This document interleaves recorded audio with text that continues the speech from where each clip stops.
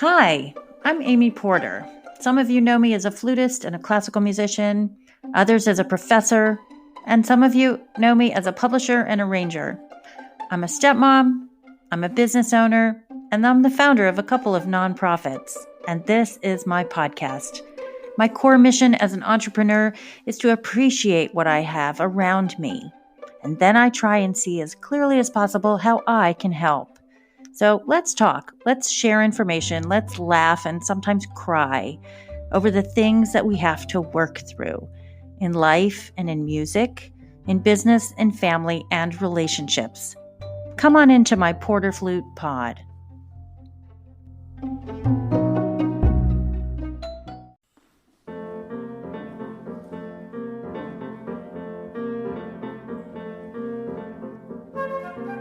Welcome back into PorterFlute Pod. This is episode 8. We're calling it Storytime.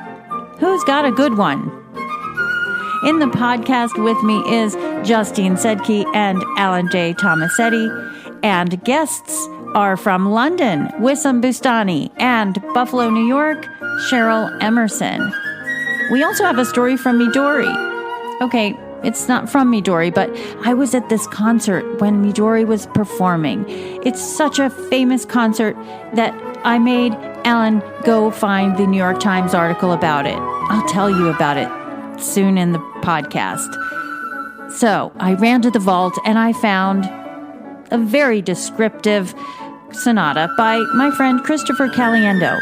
It's his Sonata number 11, written for me, called the Western Sonata. It's inspired by 3 Western iconic images: the stagecoach, the prairie, and the hoedown. This is the first movement, stagecoach, and I'm playing with the fabulous pianist, Katie Leung. Welcome back into PorterFlute Pod. We are really glad you're here.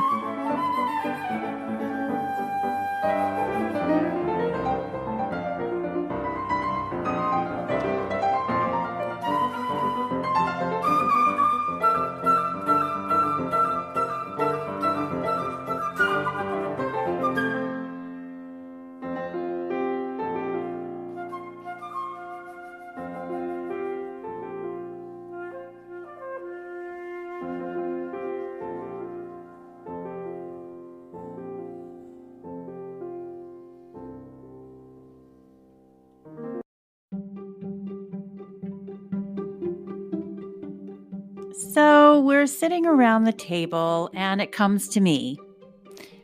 Porter, what's your favorite story?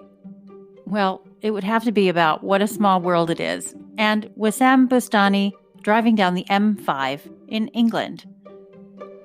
In 1999, I invited Wissam Boustany to Atlanta. I was the program chair for the National Flute Association, and I was enamored with his charity work and his project called Towards Humanity. So let me read a little bit about Wissam from his bio. Wissam Boustany's passionate musicality has helped him forge a unique reputation as an international flute soloist. His charismatic stage presence brings tremendous power and subtlety to a wide range of musical genres, ranging from Baroque, classical, romantic, contemporary, and jazz settings. Imaginative programming often mixes the innovative with the traditional, captivating audiences with an engaging style that combines an improvisatory flair with a wide emotional and expressive range, and an acute sense of tone, color, and nuance. Wissam regularly performs and teaches in a variety of contexts, facilitating the growth of young talent. And he has a teaching method. It's a method called Love, and it focuses on improvisation and memory, self-reliance, and the development of the concept of love as a powerful motivator, facilitator, and teacher. He has been a long-standing flute professor at Trinity Lebanon, London, and the Royal Northern College of Music in Manchester. Wissam is incredible. He plays everything from memory, and even his duo pianist plays everything from memory. If you're ever in Europe and you can get over to his workshops or master classes, he's just a powerful, powerful teacher. So in 1977, he moved to Britain. He was born in Lebanon. And the war in Lebanon greatly influenced his outlook on both life and music. And it says in his bio, crystallizing into a burning intensity, commitment, sadness, and spirituality that find their wings in the sound of his flute. In 1985, he founded Towards Humanity, which is an international initiative, multi-decade, working with musicians and charities helping communities who suffer from the tragedies of war. And this project was inaugurated in February 1995 at the Royal Albert Hall in London. And this was followed by a knighthood in 1997 by the Lebanese government in recognition of his peace work. And in 1998, he was presented with the Crystal Award from the World Economic Forum in Davos, Switzerland. So, everybody, hear this amazing story from my friend, Wissam. So, hi Amy, it's Wissam from London. You want me to tell the story, the very, very strange story that happened. So I'll tell it. It's a very small world. That's all I can say. So I met Amy in 1999, I think. I remember it vividly. We met out in the open in Atlanta, next to her car. She had invited me to submit some information for the NFA convention in Atlanta. And all went well, and I was very excited to meet Amy. And the convention came and went. And then a few months later, something very strange happened. I was holding my flute course in Penzance, and I rented a car to take a bunch of participants down with me. And unfortunately, on the way, I got caught speeding. There I was driving 105 miles per hour, and the radar of the police saw me, flagged me down, and I owned up and said, I'm really sorry, you caught me red-handed. He said, well, you're going to have to face whatever we send you. So I went on to the course. We had a wonderful summer.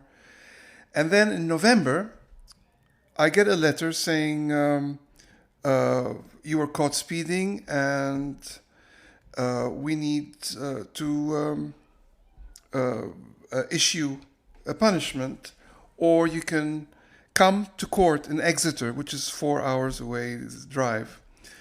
So I wrote to them and said, I'm completely guilty, and I have to face whatever you tell me. Whatever fine you need to tell me. And then went on with my life. In December, I had to go to Lebanon for a concert. And while I was away for quite a while, I got another letter saying that no way you have to come to Exeter to face court because of the nature of the speeding was very bad. But I missed the letter because I was out of the country. So early January, I got another letter saying that I was in contempt of court. And that we're going to come and get you. So off I was. I used to leave home very early in the morning. At 6 in the morning, I used to head out to college to practice before my students came. And one day, a van came with 6 policemen, knocked on the door very loudly, and my wife opened, and they said, we're coming to collect Wissam. And of course, my mom was, my wife, Shermeen, was in shock. The children were crying. She said, sorry, he's gone off to teach. So they came back, knocked again the next day, and took me to prison. I was in a cell until noon that day. And then they drove me down to Exeter handcuffed. So in a police car, handcuffed to a lady at the back, all the way from the police station in London to the magistrate's court police station in Exeter, 4.5 hours drive. I was handcuffed all the way. By the time we got to Exeter, it was too late for the court case, so I had to spend the afternoon and night in prison. And it was quite an experience, actually. Filthy cell. Very funny. Someone had written a graffiti next to the door. There's a buzzer, because they take all your belongings off you. They take your watch. They take a necklace or anything that you might use to hang yourself. And there's a buzzer next to the door in case of an emergency, I suppose. And someone had written next to the buzzer room service. Anyway, the next morning, I get taken out to the magistrate's court, and a gentleman comes in and says, I'm representing you. You get free representation, and I'm representing you in your court case today. I said, well, thanks very much. I don't know how these things go. So he started asking me lots of questions. Name, my name is Wissam Boustany. Address, 12 Walham Grove. Profession, musician. And he said, oh, musician, what instrument do you play? I said, oh, I play the flute. And he said, oh, I know a flute player who's related to me in the States. I said, oh, well, there are a lot of flute players in the States. He said, I wonder if you know her name. I said, well, she said, her name is Amy Porter. I said, oh, yeah, I know Amy Porter very well. So out of the blue, in the middle of prison, it turned out that I was talking to the cousin of Amy Porter, and he wound up representing me in court. And actually, he got me off the sentence because the police were so appalled at the way I was treated, driving all the way to Exeter handcuffed. I mean, gun runners, arms dealers are treated with more civility. So the magistrate's court said, we're just appalled at the way you were treated. They let me off with a £60 fine and with a big apology from the court. So this is my story of the very small world we live in, where you never know who you might meet. So Amy, take care, and wish your cousin a big hello from me. Bye.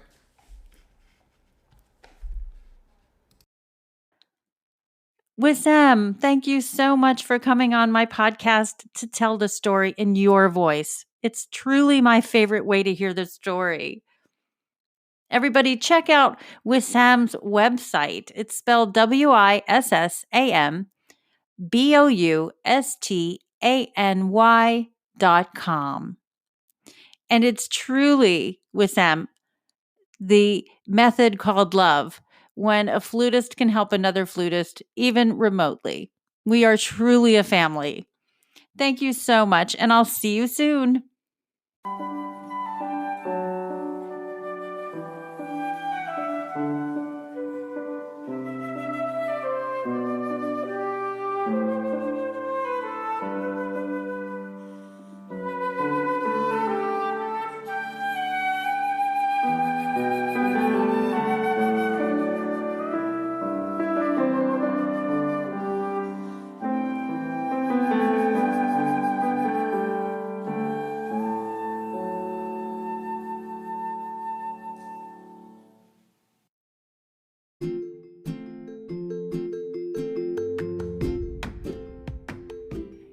Meet Cheryl Emerson.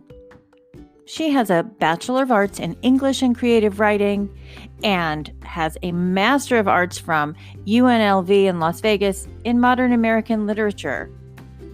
And she's now a PhD candidate in comparative literature at the University of Buffalo. Now, let's rewind about 9 years. This is another great story. It's at the top of my list about how fun it is to meet people in this small world. I played Michael Dougherty's Trail of Tears in South Carolina, and the South Carolina Flute Association hosted me in a master class. Sometimes I go and people ask for private lessons. So, Cheryl Emerson was on my list to teach. Cheryl came in and she was a mom of 2 sets of twins. She had driven 3 hours, left the twins at home, and signed up for a flute lesson. I was so excited. I like teaching adults, and I feel that sometimes they reinvent themselves and reinvest in themselves as a result of coming back to music. So, 9 years ago, Cheryl was an English teacher at a Christian high school in North Carolina. So after meeting Cheryl, life happened, and we kept in touch through those ups and downs that life brings us. And after her 50th birthday, she checked herself into a program of a PhD at the University of Buffalo in creative writing. I have never been so proud of a friend who, after having 2 sets of twins and finding her life, sticking up for herself, reinvesting in herself, and bringing the flute the whole way with her. Cheryl Emerson is super close to being a doctor, a PhD in comparative literature. So let's see what Cheryl says in our story time.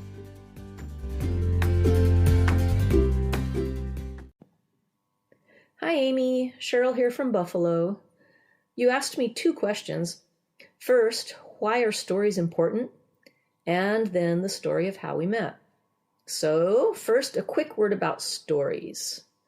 The great storyteller and novelist Isaac Dinesen had this to say about stories, that all sorrows can be borne if you put them into a story or tell a story about them. And I think the same could be said for our joys and triumphs, our solitudes and sociability. Somehow everything about a life wants to burst into story. But how much of our own stories do we really control? Not as much as we think, I would say, especially since all of the best stories come in the form of surprises, events, chance encounters we never saw coming. This is because we're born into an already existing web of human relationships, to quote Hannah Arendt, where the unique life story of every newcomer will uniquely affect the life stories of all those with whom she comes into contact. My takeaway from Arendt's idea of story is that because of the unpredictable outcomes of our interconnectedness, we never know how the story of even a single day is going to end. For example, Amy, how you and I met in September 2011 in Florence, South Carolina. You were guest artist for the South Carolina Flute Society. I was living in North Carolina, just getting back to flute playing. At the time, I was just another single mom trying to reclaim parts of myself.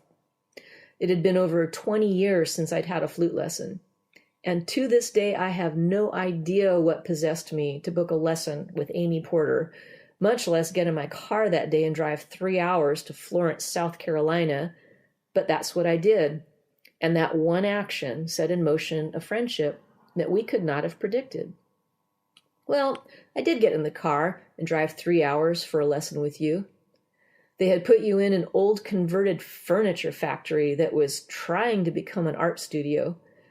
You were giving lessons up by the front windows, and the whole room behind you was crowded with statues. Do you remember the statues? I remember them because the sculptures made for a strange audience when it was time for my lesson. When I walked in, I remember I didn't feel like a 49-year-old mom who only played when the choir director called. I remember feeling like a kid again, showing up for my first lesson. I told you my story about wanting to get back to playing, and you grabbed my arm. I mean, grabbed my arm. And your face lit up, and you said, "I specialize in players like you." Well, here I was thinking how Amy Porter teaches the best of the best, and what am I doing here? What was I thinking? But you seemed so glad that I walked through the door. I was already feeling better, even with all those weird statues staring at me. Then you asked, "Did you bring a notebook?" And no, I hadn't, not exactly. It hadn't occurred to me I needed to bring school supplies to a flute lesson, but I ran back out to my car and grabbed what I had, which was my personal creative writing journal full of my poems. When I walked back in, you grabbed it from me just like that and opened it to a clean page and started writing in it like it was scratch paper in my poetry journal. And that's how I know I met you on September 24th, 2011, because you kindly wrote the date at the top of the page. You scribbled and sketched across 7 pages with flute exercises and instructions. And so my worlds of writing and flute playing merged literally when you snatched my journal right out of my hands. That could have ended there. After the lesson and after your recital, I could have thanked you and gone on my way. But there was the unpredictable problem that you needed a longer dress before your Sunday recital because the plywood stage in the warehouse was just the right height for the audience to stare at your legs, and the chairs being flat on the floor meant we'd be looking up at you, and, well, you were there. You needed a longer dress. I had a car. We were staying at the same hotel, and on the way back to the hotel, you said, "Hey, do you want to go dress shopping?" At the time, you had no idea how funny that was. Me? Dress shopping? After a few stores, you figured that out, after you kept making me try on dresses. And that was certainly not what I expected when I scheduled a flute lesson. Well, after shopping, we ended up at the Longhorn Steakhouse by the hotel, sipping beer and starting a friendship that has lasted almost 9 years now. We told each other stories, we laughed and stayed up late, and all of those events happened in a single day. Amy, I don't know if I ever told you that when I stopped for gas that morning on my way to Florence, I almost turned around. I was so afraid I would be wasting your time. And that is the story of how we met, at least how it looked from my side. All right, thanks for having me on, Amy, and thanks for doing these podcasts. Really appreciated. Bye. I urge everyone to be nice. Be a nice person, because when you're a nice person, it opens your heart, it opens your eyes, it opens your mind to meeting other nice people. I really appreciate having Cheryl Emerson in my life, not what she does for me, but what we do together and the energy we create. We laugh a lot. So Cheryl, this following movement, Bronco Buster, this is a shout out to you and your past in rodeo. We'll talk soon.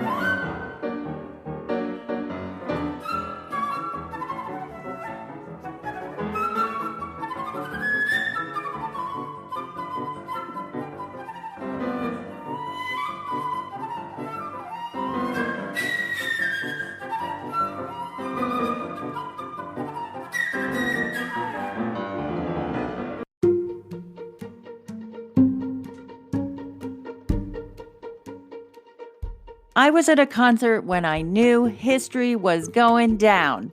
I leaned into my friend. I said, "Did that just happen?" And then a few minutes later, "Did that just happen again?" I'll never forget. It's a famous concert. The New York Times says that Midori conquered Tanglewood, and they're absolutely right. Their banner screams, "Girl, 14, conquers Tanglewood with 3 violins." It's written by John Rockwell. It's from July 28th, 1986. And I was there. So we found the article. I'm going to read a little bit from the article and interject a little of my own memory. Midori, a diminutive 14-year-old Japanese violinist who studies at the Juilliard School in New York with Amy Porter, flutist. No, I'm kidding. He didn't write that. But she was around Juilliard. Yeah. So Midori pulled off just that triple play Saturday at Tanglewood, astounding the audience and the Boston Symphony itself with her aplomb in a situation that might have daunted the canniest veteran. Technically near perfect. All had gone normally through the first 4 movements of Leonard Bernstein's Serenade, assuming you count as, quote, normal, unquote, a technically near perfect performance on a muggy night of a difficult piece played from memory with winning artistic insight by a 14-year-old. But then, in the heat of the long and complex 5th and final movement, Miss Dory broke her E string. She quickly turned to Malcolm Lowe, the concertmaster, who looked nonplussed, but finally handed over his Stradivarius. There was a moment's pause while Miss Dory fitted her chin rest onto the new violin, but then she proceeded, absolutely unfazed. Then it happened again. Another snapped E string. By this time, Mr. Lowe was playing the Guadagnini of the acting associate concertmaster, Max Hobart, and Mr. Hobart had retuned Miss Dory's violin and was playing it, faking his way around the missing E string. See, we all knew something was up. When the violin string breaks, you watch the violin go to a different person, and you're still watching that violin, and we're thinking, I think he's faking it. How could he be playing? Okay, back to the article. Miss Dory took Mr. Hobart's Guadagnini from Mr. Lowe, thinking at first it was her own violin, restrung.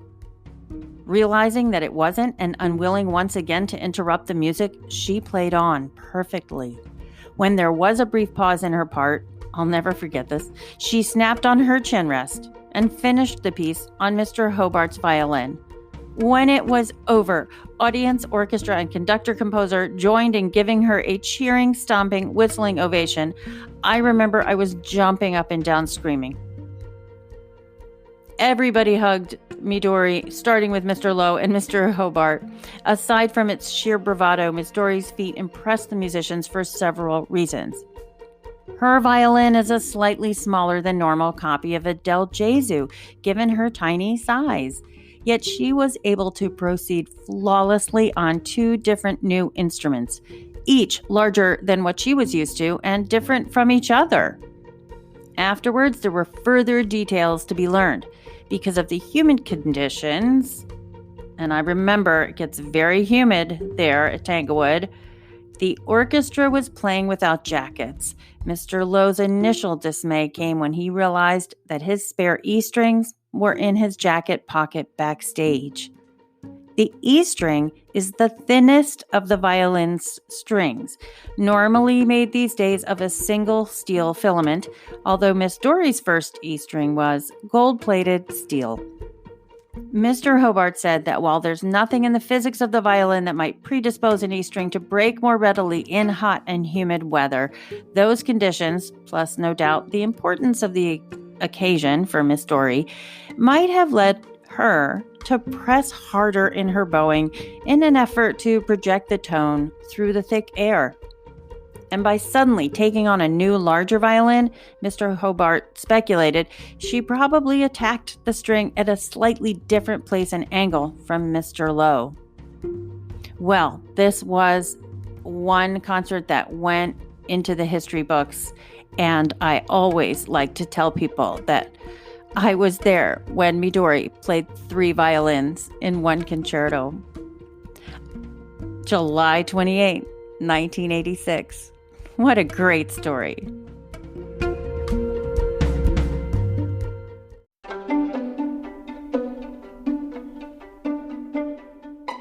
That was so much fun bringing stories into the podcast.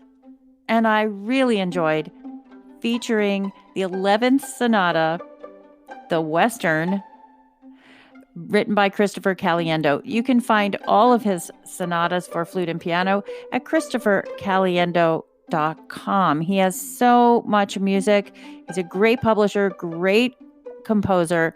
That's spelled ChristopherCaliendo.com.